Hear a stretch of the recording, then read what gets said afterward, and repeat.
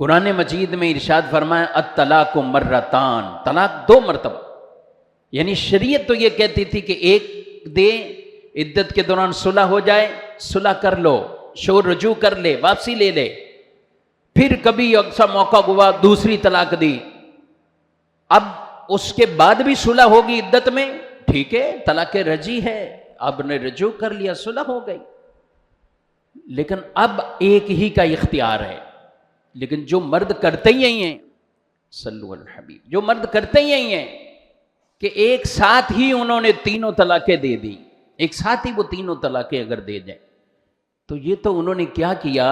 انہوں نے تو اپنا گھر توڑ کے بیٹھ گئے، وہ تو اپنے گھر کو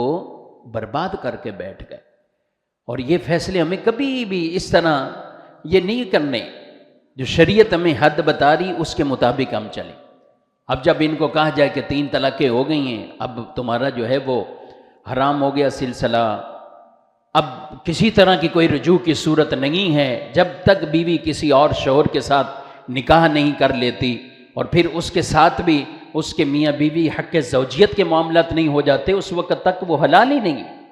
تو پھر یہ ادھر ادھر ڈھونڈتے ہیں، یہ مولانا یہ کہہ رہے ہیں، ہم کسی اور مولانا کے پاس جاتے ہیں، ہم کسی اور مولانا۔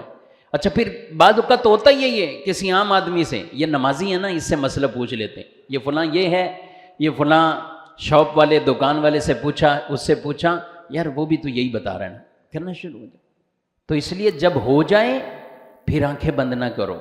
طلاقیں ہو گئی ہیں، اب جو شریعت کا حکم ہے اس پر ہمیں عمل پیرا کرنا ہے۔ حضرت عبداللہ بن عباس رضی اللہ تعالیٰ عنہما آپ فرماتے ہیں کہ لوگ حماقت سے کام لیتے ہیں، بے وقوفی سے کام لیتے ہیں، کہ تینوں طلاقیں دے کر آ جاتے ہیں، اور مدینے کی گلیوں میں عبداللہ عبداللہ کہہ کر تلاش کر رکھے ہوتے ہیں کہ عبداللہ ہمیں فتویٰ دیں، ہم کوئی رجوع ہو سکتا ہے۔ تو کہا اللہ نے اس کے لیے راستہ رکھا ہے جو اللہ سے ڈرتا ہے، اللہ نے اس کے لیے راستہ رکھا ہے جو اللہ سے ڈرتا ہے، اور اللہ سے وہی ڈرے گا نا کہ جو ایک دم 3 طلاقیں نہیں دے گا، اور جو ڈرا ہی نہیں اس کے لیے اللہ نے کوئی راستہ ہی نہیں رکھا ہے، اس کے لیے کوئی راستہ نہیں رکھا۔ اب لوگوں کو یاد آتا ہے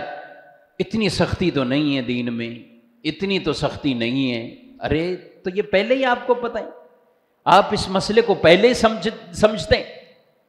وکیلوں سے مشورہ کرتے ہیں، ٹھیک ہے، قانونی طور پر آپ کریں جو بھی کرنا ہے، لیکن جہاں شریعت کے مسائل آئیں گے، احکامات آئیں گے، تو وہاں یہ نہیں ہوگا کہ آپ کہیں کہ میں نے کسی وکیل سے مشورہ کر لیا، میں نے کسی جج سے مشورہ کر لیا۔ اگر شریعت کے متصادم ہے وہ چیز، تو پھر آپ کو شریعت کو فالو کرنا ہے۔